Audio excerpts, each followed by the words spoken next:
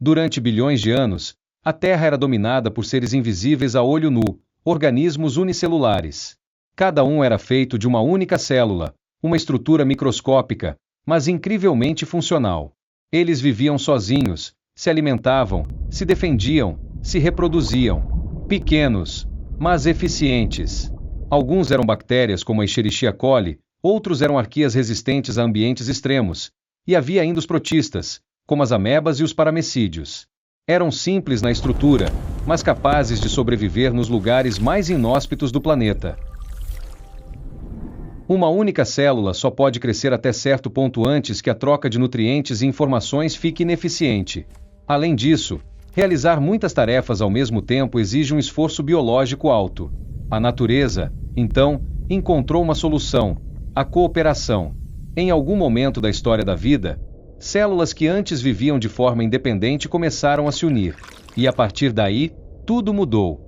Existem duas teorias principais para explicar essa transição do unicelular para o multicelular. A primeira é a agregação celular. Segundo essa ideia, células unicelulares passaram a se agrupar, formando colônias.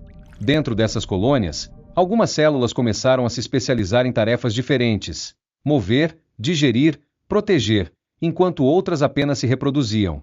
Não era mais uma competição individual, era um trabalho em equipe. A segunda teoria é a da divisão celular incompleta. Nela, uma célula unicelular se divide, como sempre fez.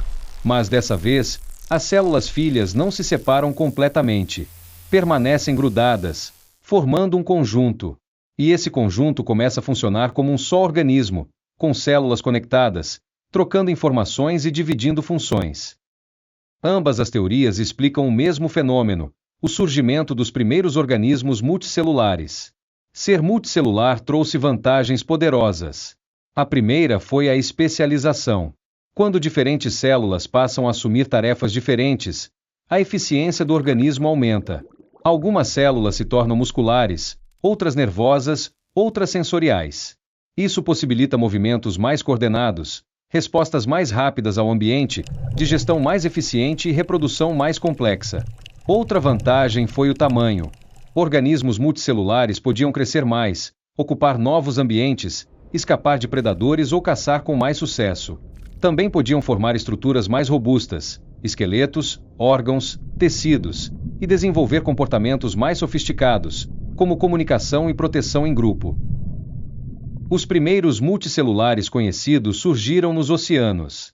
Eram seres simples, como as esponjas e os cnidários, antecessores das águas vivas. Com o tempo, evoluíram para formas mais complexas: vermes, moluscos, artrópodes e, milhões de anos depois, vertebrados. Mas toda essa complexidade, todo o corpo vivo que vemos hoje, só é possível porque, um dia, algumas células decidiram permanecer juntas. Cooperar ao invés de competir. Especializar-se ao invés de fazer tudo sozinhas. E mesmo agora, com toda a diversidade da vida multicelular, os organismos unicelulares continuam sendo essenciais. Eles ainda dominam a Terra em número e variedade. Estão no solo, nos oceanos, no ar e dentro de nós. Nosso corpo abriga trilhões de bactérias e micro-organismos, fundamentais para a digestão, a imunidade e até o funcionamento cerebral. A multicelularidade pode ter trazido a complexidade, mas foram os organismos unicelulares que pavimentaram o caminho. E, em certo sentido, ainda estamos vivendo em parceria com eles. A próxima grande pergunta é: como essa complexidade foi organizada? Como as células passaram a se comunicar, formar tecidos, dar origem a órgãos e a sistemas completos? A resposta está em outro salto evolutivo. E será o tema do próximo episódio.